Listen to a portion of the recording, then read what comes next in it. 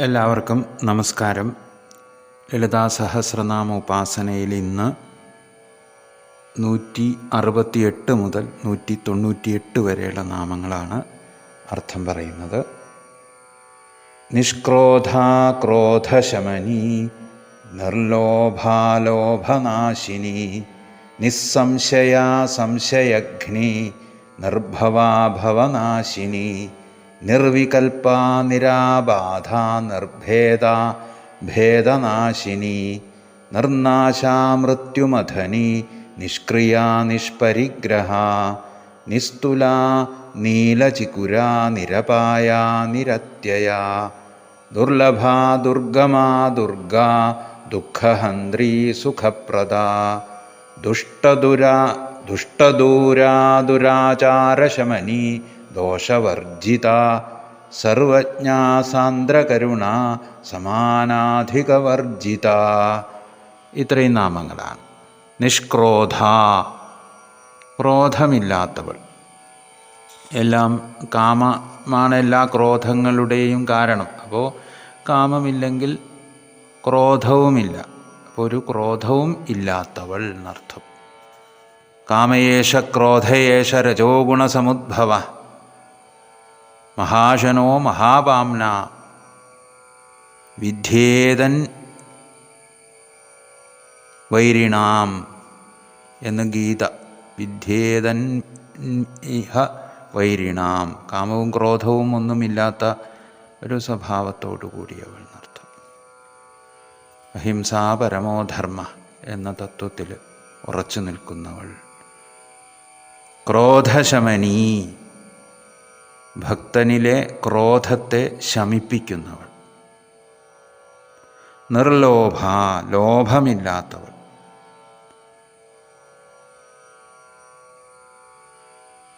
അടുത്തത് ലോഭനാശിനി, ഭക്തന്മാരിലെ ലോഭചിന്തയെ നശിപ്പിക്കുന്നവൾ. എല്ലാവിധ സാമൂഹിക ദ്രോഹങ്ങളുടെയും അല്ലെങ്കിൽ രോഗങ്ങളുടെയും അടിസ്ഥാനം മനുഷ്യനിലെ ലോഭമാണ്. അത് നശിപ്പിക്കുന്നവൾ. നിസ്സംശയ, സംശയമില്ലാത്തവൾ. അതാണോ ഇതാണോ എന്നുള്ളൊരു തോന്നലാണ് സംശയം.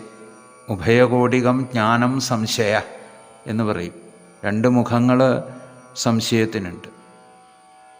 ഇതില്ലാത്തവൾ. സംശയഘ്നി, സംശയങ്ങളെ ഹനിക്കുന്നവൾ. നിർഭവ, ഉൽപ്പത്തിയില്ലാത്തവൾ. ആദ്യന്തവിഹീനയാണ്, അതുകൊണ്ട് നിത്യസ്വരൂപിണിയാണ്. ഭവനാശിനി, ഭവം ജനനമരണ രൂപമായ സംസാരം. അപ്പം ആ സംസാര ദുഃഖത്തെ നശിപ്പിക്കുന്നവൾ. നിർവികൽപ, വികൽപ്പ വിചാരങ്ങളില്ലാത്തവൾ. സൂക്ഷ്മത്തിൽ പരാർത്ഥത്തിലില്ലാത്തതും ഉണ്ടെന്ന് തോന്നൽ ജനിപ്പിക്കുന്നതും ഏതെന്നാണോ അതാണ് വികൽപ്പം. ശബ്ദജ്ഞാനാനുപാതി വസ്തുശൂന്യോ വികൽപ്പ. ശബ്ദജ്ഞാനാനുപാതി വസ്തുശൂന്യ വികൽപ്പ. ആ വികൽപ്പ വിചാരങ്ങളില്ലാത്തവൾ. അത് ശാസ്ത്രവിരുദ്ധാണ് വികൽപ്പം. നിരാബാധ, ഒന്നിനാലും ബാധിക്കപ്പെടാത്തവൾ. ആബാധ, തെറ്റായ അറിവ്. നിർഭേദ, ഒരു ഭേദബുദ്ധിയുമില്ലാത്തവൾ. ഭേദനാശിനി, ഭക്തന്മാരിൽ വാസനാജന്യമായുണ്ടാകുന്ന ഭേദചിന്തയെ ഉന്മൂലനം ചെയ്യുന്നവൾ. നിർനാശ, നാശമില്ലാത്തവൾ. കാലദേശാവധിഭ്യാം നിർമുക്തം എന്ന് ഭട്ടതിരിപ്പാട് നാരായണീയത്തിൽ പറയുന്നുണ്ട്. കാലദേശങ്ങൾക്ക് അതീതമാണ്. അത് നാശരഹിതമാണ്. മൃത്യുമഥനി, മരണത്തെ മഥിക്കുന്നവൾ. മരണത്തെ മഥിക്കുന്നവൾ. നിഷ്ക്രിയ, യാതൊരു ക്രിയകളുമില്ലാത്തവൾ.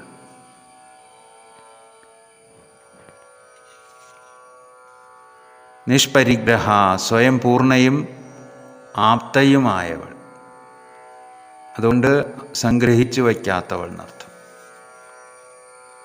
നിഷ്പരിഗ്രഹ. നിസ്തുല, തനിക്ക് തുല്യമായി മറ്റു യാതൊന്നും ഇല്ലാത്തവൾ. തുല എന്ന് പറഞ്ഞാൽ സാദൃശ്യമാണ്, സാദൃശ്യവസ്തു. തുല്യത, അനുപമയാണ്, അതുല്യയാണ്. നീലചിക്കുര, നീലിമയാർന്ന ചിക്കുരഭാവത്തോടു കൂടിയവൾ. ചിക്കുരം എന്ന് പറഞ്ഞാൽ മുടി, സമൃദ്ധമായി ചുരുണ്ട് നീണ്ട് തഴച്ച മുടി ദേവിക്ക് ഭംഗി പകരുന്നു എന്നർത്ഥം. നീലചിക്കുര. നിരപായ, ഒരപായവും ഇല്ലാത്തവൾ. നിരപായ. നിരത്യയ, അതിക്രമിക്കാൻ പറ്റാത്തവൾ. ദുർലഭ, വളരെ ക്ലേശിച്ച് മാത്രം ലഭിക്കപ്പെടുന്നവൾ. ദുഃഖേന ലബ്ധും ശക്യ ദുർലഭ. ദുർഗമ, ആരുടെ അടുത്തെത്താനാണോ നന്നേ പ്രയാസപ്പെടേണ്ടത് ആ ദേവി, അതാണ് ദുർഗമ. യോഗിമാർക്ക് പോലും ദേവിയെ അത്ര എളുപ്പത്തിൽ പ്രാപിക്കാനാവില്ല എന്നർത്ഥം. ദുർഗാ, ദുർഗാദേവി. ദേവിക്ക് ഏറ്റവും ഇഷ്ടപ്പെട്ട പേരാണ് ദുർഗ. 9 വയസ്സുള്ള കന്യകയ്ക്കും ദുർഗ എന്ന് പേര്. ദേവന്മാരുടെ ഭയത്തെ ത്രാണനം ചെയ്തവൾ ദുർഗ.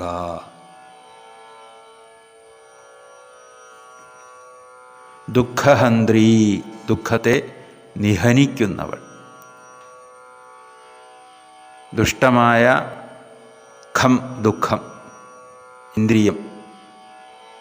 ഇപ്പം സുഖവും ദുഃഖവും ആത്മാവിൻ്റേതല്ലെന്ന് സ്പഷ്ടമാണ്. രണ്ടും ഇന്ദ്രിയ നിഷ്ഠമാണ്.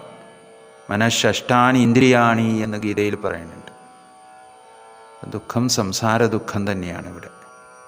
മനസ്സിനെ വെല്ലാൻ കഴിഞ്ഞാൽ പിന്നെ ദുഃഖമില്ല. സുഖവും ദുഃഖവും അതിനെ, ദുഃഖത്തെ നിഹനിക്കുന്നവൾ എന്നർത്ഥം. സുഖപ്രദാ, സുഖത്തെ നൽകുന്നവൾ. ദുഷ്ടദൂര, ദുഷ്ടന്മാർക്ക് പാപാചാരന്മാർക്ക് അടുത്തുകൂടാൻ പറ്റാത്തവൾ. ദുഷ്ടദൂര, ദുരാചാരശമനി, ആചാരങ്ങളെ ശമിപ്പിക്കുന്നവൾ. യഥാ യഥാ ഹി ധർമ്മസ്യ ഗ്ലാനിർഭവതി ഭാരത അഭ്യുത്ഥാനമധർമ്മസ്യ തദാത്മാനം സൃജാമ്യഹം. വളരെ ഉചിതാചാരങ്ങളെ പുനരാവിഷ്കരിക്കുക എന്നുള്ളതാണല്ലോ. അപ്പോൾ ആ കെടുതികളെ ഉന്മൂലനം ചെയ്ത് അതിന് ദുരാചാരശമനീ എന്ന് ആയിട്ടുള്ളവർ. ദോഷവർജിത, ദോഷങ്ങളെ വർജിക്കുന്നവൾ.